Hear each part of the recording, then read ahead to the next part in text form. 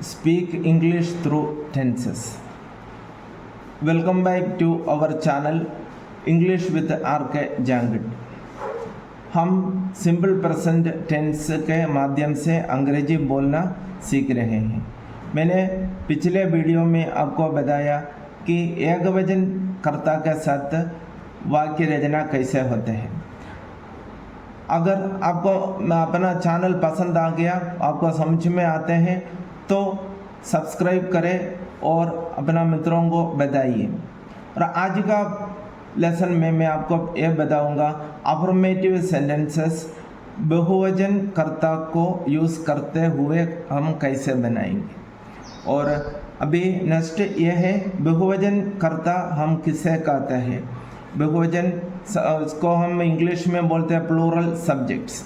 उदाहरण वी यानी हम, यू यानी तुम या आप, और दे यानी वे, बॉयज़ लड़के, गर्ल्स लड़कियाँ, उस प्रकार students, teachers, dogs, cats, people आदि।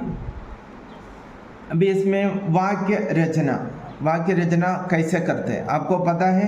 एकवचन कर्ता यूज़ करके सिंपल प्रेजेंट में वाक्य रचना कैसे करते हैं पिछले वीडियो में मैंने आपको सिखाया है। मैं ऐसा सोचता हूँ कि आप लोग घर पर भी प्रैक्टिस किए होंगे। देखो गोल्डन रूल इसका प्लूरल सब्जेक्ट प्लस वर्ब का फर्स्ट फॉर्म प्लस ऑब्जेक्ट। इसमें एकवचन सब्जेक्ट के साथ क्रिया का फर्स्ट फॉर्म के साथ एस लगाने का नियम मैंने पिछले वीडियो में आपको बताया। लेकिन बहुवचन सब्जेक्ट यूज़ करके आपको केवल वाक्य रचना करने के लिए केवल वर्ब का फर्स्ट फॉर्म का ही इस्तेमाल करना है। और फिर ऑब्जेक्ट हो तो अपन ऑब्जेक्ट लिखते हैं।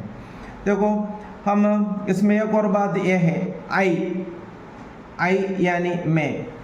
एक और रिक्वेस्ट है आपसे, आपको कर्सिव राइटिंग अगर नहीं आता हो तो मुझे कमेंट में बताना। मैं कर्सिव राइटिंग का 1 या 2-3 लेसन आपको बताऊंगा।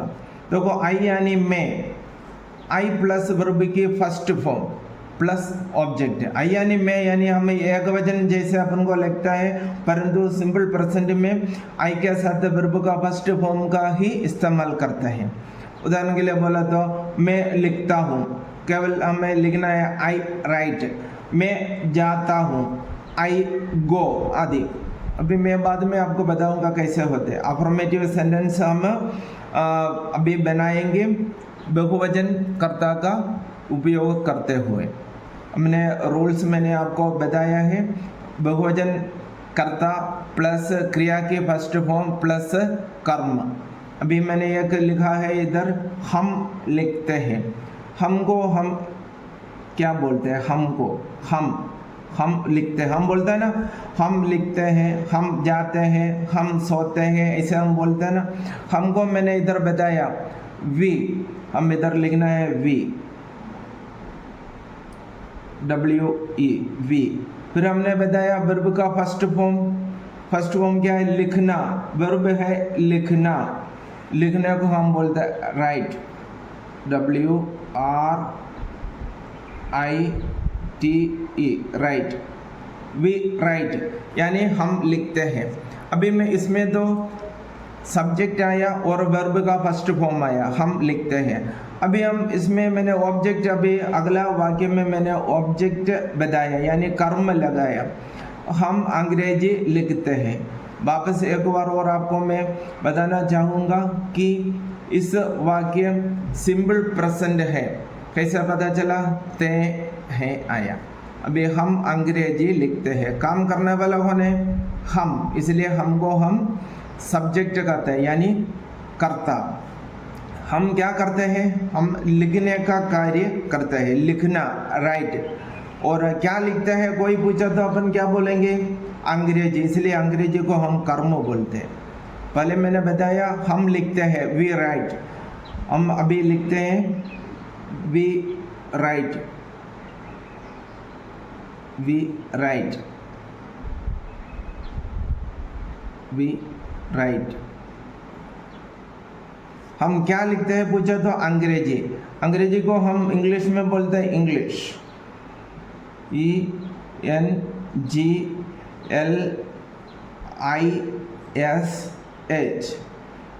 एक और सीख मैं आपको बताना चाहूँगा, किसी भाषा की नाम लिखेगा तो पहले अक्षर कैपिटल में लिखना चाहिए। देखो, हम अंग्रेजी लिखते हैं, वी राइट इंग्लिश।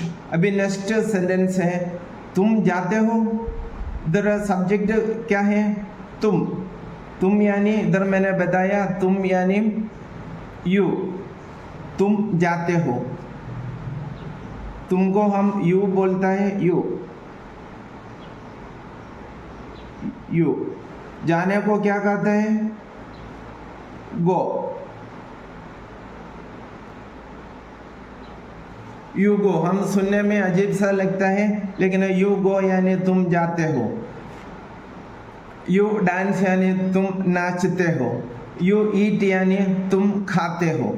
अभी देखो, इसमें ऑब्जेक्ट नहीं है, तुम जाते हो, मैंने ऑब्जेक्ट नहीं लगाया। अभी इस वाक्य में मैंने ऑब्जेक्ट लगाया है, तुम स्कूल जाते हो। काम करने वाला कौन है? तुम। क्या करता है? जाने का कार्य। काम करने वाले को हम सब्जेक्ट या कर्ता कहते हैं, काम को हम क्रिया बोलते हैं या वर्ब बोलते हैं। और तुम कहाँ जाते हो पूछा तो स्कूल, इसलिए स्कूल को हम ऑब्जेक्ट कहते हैं। यू गो यानी तुम जाते हो, यू गो, तुम जाते हो। कहाँ? To school. किसी स्थान पर जाने के लिए हम लिखेगा तो उसका पहले टू लगाना, to school. You go to school यानी तुम स्कूल जाते हो। अपन स्पोकन इंग्लिश में यू गो स्कूल लिखा तो भी सही है। तुम मंदिर जाते हो, यू गो टू टेम्पल। तुम किचन जाते हो, यू गो टू किचन। उस पर हम अलग अलग सेंटेंस आप बना सकते हो। मैं आने वाला वीडियोस में आपको बहुत सारे वर्ब, डेली यूज़ करने वाले वर्ब और वर्ब का फॉर्म्स में आपको सिखाऊंगा। देखो, फिफ्थ सेंटेंस है, लड़के खेलते हैं। लड़के को क्या बोलते हैं? बॉयज। में इधर लिखा है लड़के, बॉयज। देखो, लड़के खेलते हैं, बॉयज।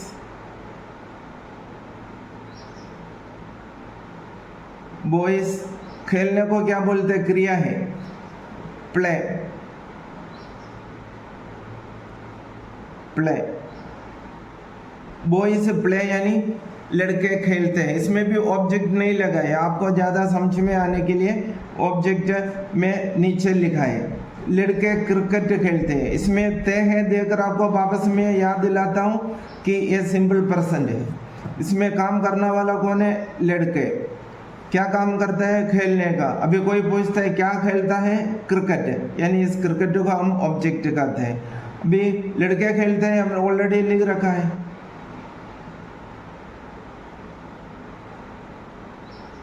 बॉयज प्ले, क्या है? ऑब्जेक्ट लिखो, क्रिकेट, CRICKET, क्रिकेट। अभी नेक्स्ट है, लड़कियां नाचती है। लड़कियां, गर्ल्स। इधर मैंने लिखा है लड़कियां, गर्ल्स।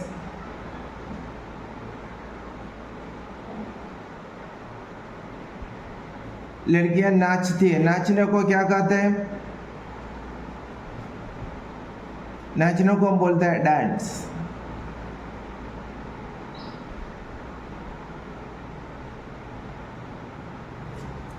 लड़कियां नाचती है, गर्ल्स डांस। बिन एक और मैंने लिखा है, मैं भोजन पकाती हूँ। मैं भोजन पकाती हूँ। इसमें काम करने वाला कौन है? मैं क्या करती है?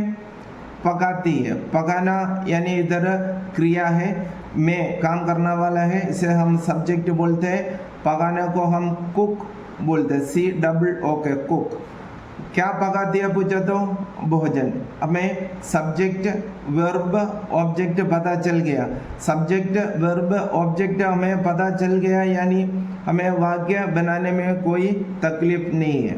मैं को इंग्लिश में हम बोलते हैं आई।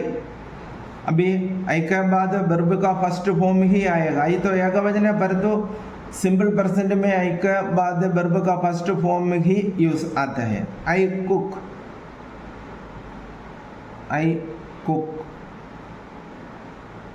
ऑब्जेक्ट लिखना भोजन को फूड, आई कुक फूड, यानी मैं भोजन पकाती हूँ। देखो अभी